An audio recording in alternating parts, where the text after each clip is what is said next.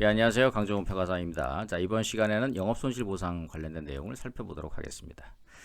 영업손실보상은 토지보상법 제77조에 규정되어 있고요. 토지보상법 시행규칙 45조 영업손실보상인 대상인 영업, 토지보상법 시행규칙 46조 영업의 폐지에 대한 손실의 평가 등, 토지보상법 시행규칙 47조 영업의 휴업 등에 대한 손실평가 이렇게 규정이 되어 있습니다.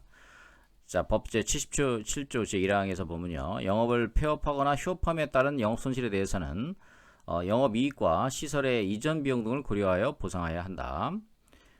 토지보상법 시행규칙 제45조 영업손실의 보상 대상인 영업 보면요. 법 제77조 1항에 따라 영업손실을 보상해야 하는 영업은 다음 각호 모두에 해당하는 영업으로 한다. 자, 모두입니다. 엔드. 첫 번째, 사업 인정 고시일 등 전부터 적법한 장소에서 인적 물적 시설을 갖추고 계속적으로 행하고 있는 영업. 다만 모아 건축물 등의 임차인이 영업하는 경우에는 그 임차인이 사업 인정 고시일 등 1년 이전부터 부가가치세법 제8조에 따른 사업자 등록을 하고 행하고 있는 영업을 말한다. 제2호 영업을 행함에 있어 관계법령에 의한 허가 등을 필요로 하는 경우에는 사업인정 고시일 등 전에 허가 등을 받아 그 내용대로 행하고 있는 영업 이렇게 되어 있습니다. 자, 우리 영업손실보상에 관련된 부분에 있어서는 영업손실보상의 의의와 법적 성격을 보면요. 영업손실보상이란 공익사업 시행으로 인하여 영업을 폐지하거나 휴업함에 따른 영업손실에 대하여 영업이익과 시설의 이전 비용 등에 대하여 보상하는 것을 말합니다.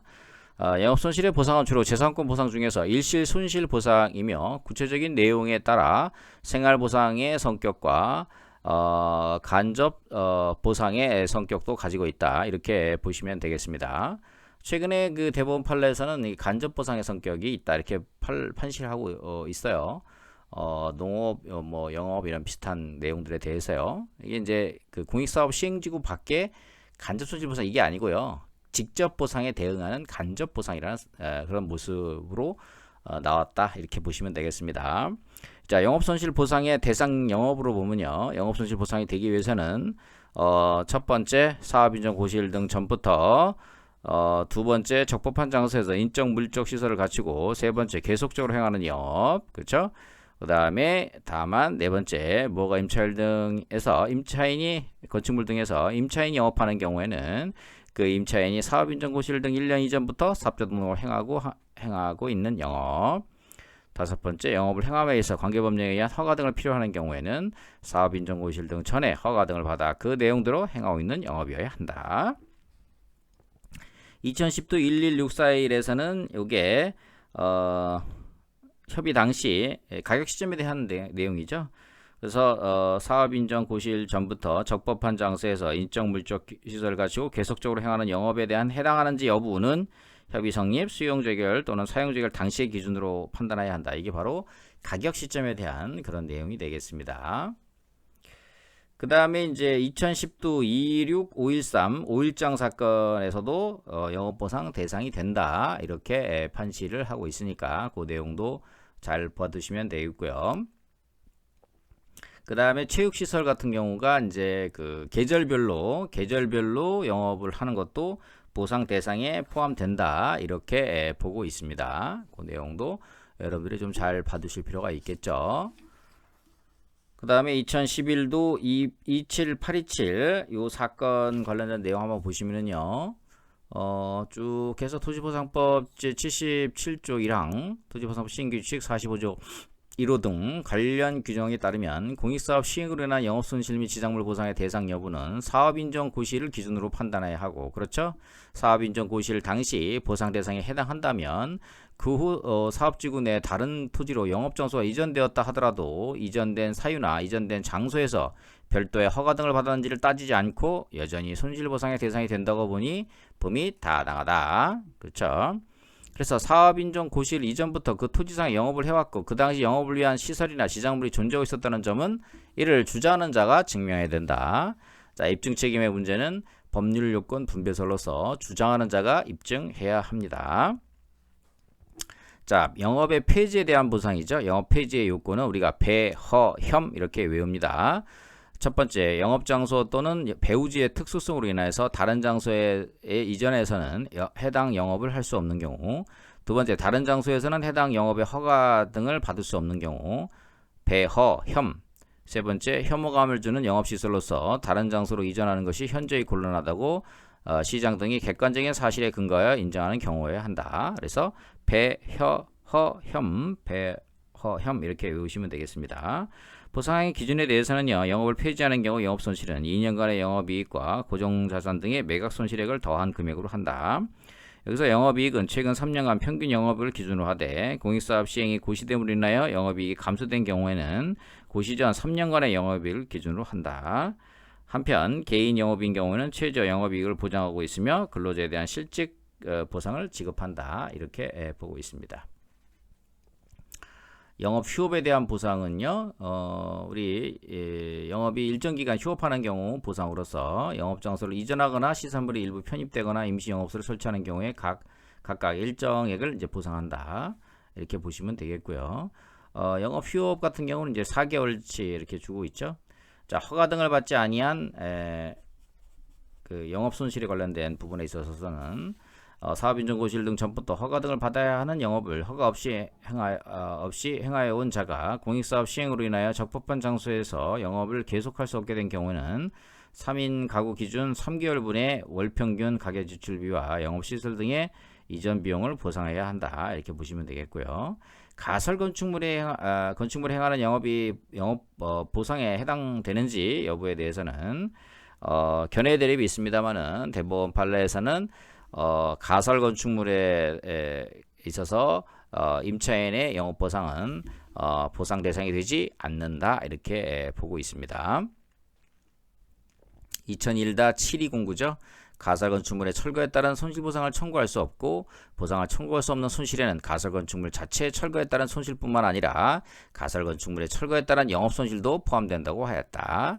이게 헌법재판소 결정문도 있습니다. 2010 헌바 470 판결에서도 이러한 내용이 있죠. 그래서 일반 허가 건축물의 임차인이나 무건축물 중 일정한 요건을 갖춘 임차인의 영업손실과 달리 가설 건축물의 임차인의 영업손실에 대하여 보상을 하지 아니하는 것은 도시계획 시설 부지 내에 이미 존치기간이 한정되어 있는 가설 건축물을 임차하였다면 장차 도시계획 시설 사업이 시행될 때 소유자를 따라 원상 회복하여야 하는 사정을 기초로 계약을 체결하고 이를 감수한 것으로 볼 수 있는 등 차별의 합리적인 이유가 있으므로 이 사건 법률 조항이 평등 원칙에 위반된다고 할 수 없다. 이렇게 보고 있습니다. 영업의 간접 손실 보상이 있죠.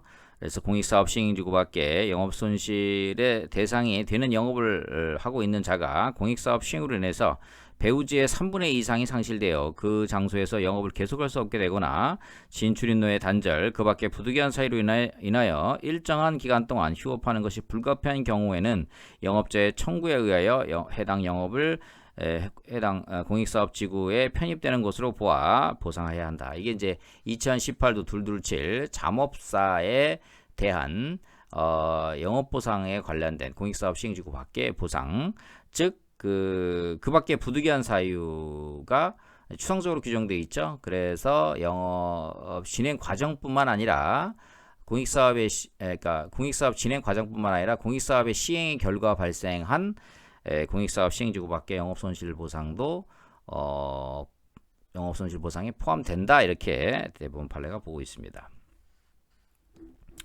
영업손실의 불복 절차에 관련돼서는요, 영업손실을 보상받기 위해서는 재결 전추주의를 채택해야 된다. 2009도 10963 사건.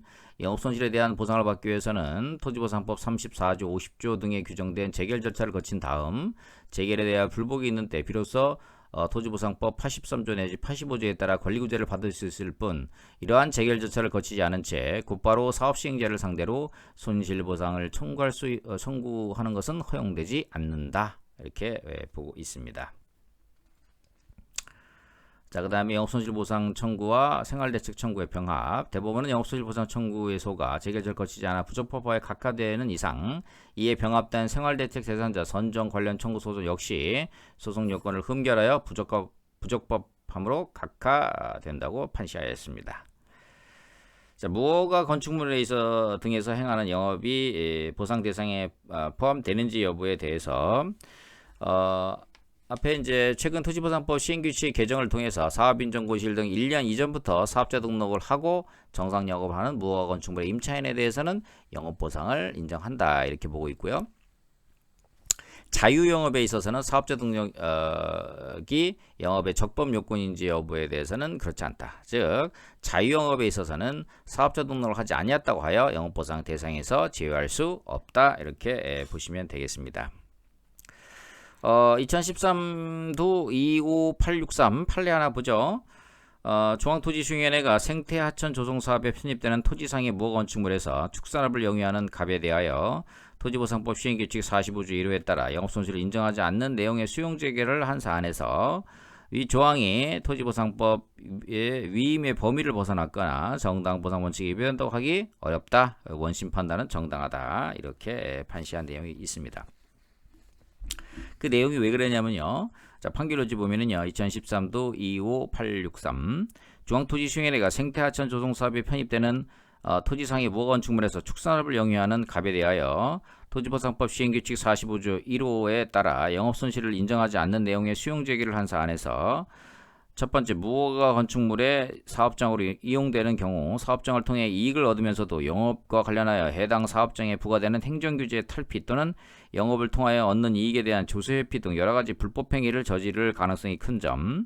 두 번째, 건축법상의 허가 절차를 밟을 경우 관계법령에 따라 불호되거나 규모가 축소되었을 건물에서 건축허가를 받지 않은 채 영업을 하여 법적 제한을 넘어선 규모의 영업을 하고도 그로 인한 손실 전부를 영업손실로 보상받는 것은 불합리한 점 등에 비춰보면 위 규칙 조항이 영업의 개념에 적법한 장소에서 응용될 것이라는 요소를 포함하고 있다고 하여 토지보상법의 법률의 위임의 범위를 벗어났다거나 정당보상 원칙에 위배된다고 하기 어렵다고 본 원심 판단은 정당하다. 그렇죠? 요 판례까지 정리를 해두시면 되겠습니다. 우리 뭐 맨날 나오는 게 이제 영업손실 보상이니까 여러분들 한 번씩 뭐 그 과거에는 좀 많이 나왔는데요. 최근에는 뭐 좀 잘 등장하지 않고 있는데 그런 부분들을 한번 영업에 관련된 그 요건, 영업 대상의 영업손실 보상에 대상 요건에 대한 판단 기준을 잘 살펴보실 필요가 있겠습니다.